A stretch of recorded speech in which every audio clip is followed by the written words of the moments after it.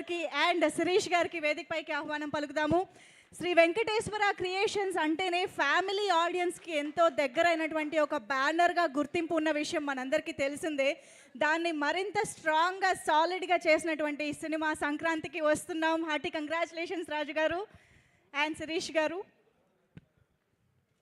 అనిల్కి ఇవ్వాల్సిన క్రెడిట్స్ మాకు ఇచ్చావు. సంక్రాంతి సుల్తాను అవన్నీ అనిల్వి. వెంకటేష్ గారు వాళ్ళిద్దరు కలిపి చేస్తూ వచ్చింది ఇది. అందరికి నమస్కారం.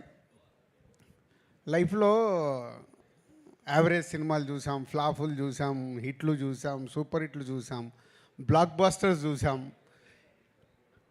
క్లాసిక్స్ చూసాం. కానీ ఒక టైం వస్తుంది, అంటే మా లైఫ్లో డిస్ట్రిబ్యూటర్గా మొదలైనప్పుడు ఫ్లాప్లో నుంచి పెళ్లి పందిరి సినిమా వచ్చిన రోజు ఒక కిక్, అంటే ఫస్ట్ సక్సెస్ వచ్చినప్పుడు ఆ కిక్. అలాగే ప్రొడ్యూసర్స్ అయిన తర్వాత ఫస్ట్ సినిమా దిల్, వివి వినాయక్ అప్పటికి ఆది ఇలాంటి సినిమాలు తీసేస్తున్నాడు. సక్సెస్ఫుల్ ఫిల్మ్ వచ్చిందని హ్యాపీ. బట్ ఆర్య అనేది మాకు very crucial. Upcoming hero, second film hero, కొత్త డైరెక్టరు, కొత్త ఒక కాన్సెప్ట్తో తీస్తున్నాం. అప్పుడు మళ్ళీ ఆర్య ఒక కిక్ ఇచ్చింది. తర్వాత ఎన్నో సినిమాలు చేస్తూ 58వ సినిమా లాంచ్ చేయం.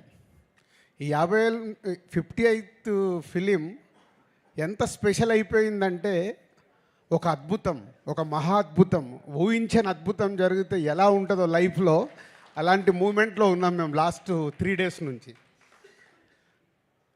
అండ్ అనిల్ ముందు నుంచి 8 సినిమాల్లో 6 సినిమాలు మా బ్యానర్తోనే చేశారు. వెంకటేష్ గారితో 4వ సినిమా ఇది. సో అంత ఒక పాజిటివ్ వైబ్, ఒక టీమ్, ఒక ఎనర్జీ, ఒక పాజిటివ్నెస్. లేదు ఈ సినిమా సూపర్ హిట్ కావాలి. మీరు ఇందాక ప్రోమోట్ చూస్తుంటే అందరం మాట్లాడుతూనే ఉన్నాం, సంక్రాంతికి వస్తున్నాం, బ్లాక్ బస్టర్లు కొడుతున్నాం. కానీ అది ప్రేక్షకుల దగ్గరకు వచ్చి నిజం అవ్వడం.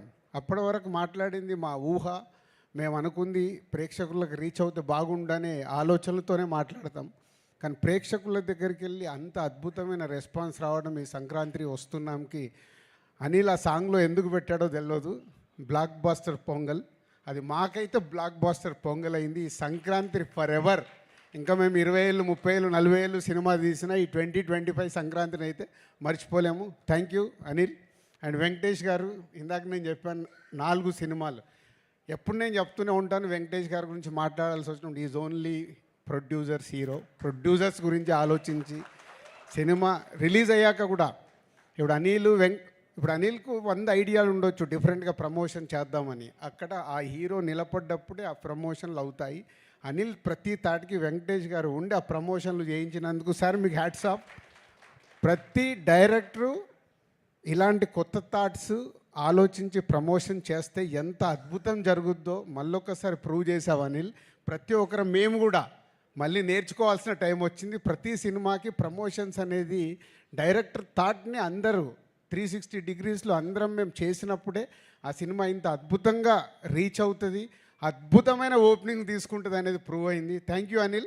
మళ్ళీ 58వ సినిమా తర్వాత కూడా మేము నేర్చుకుంటున్నాము. అలాగే టీం అనిల్కి ప్రమోషనల్ టీం మనోజ్ కానీ అండ్ పిఆర్ఓస్ వంశీశేఖర్ కానీ అందరు కలిసి సాయి అందరు ఒక టీం వర్క్ కావాల్సింది రీచ్ చేసినందుకు మీ అందరికీ థ్యాంక్ యూ వెరీ మచ్.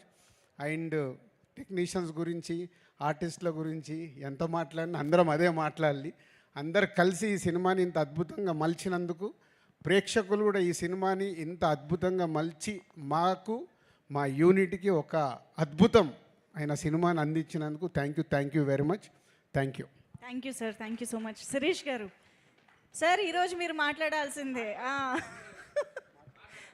నాకు మాట్లాడమంత రాదు.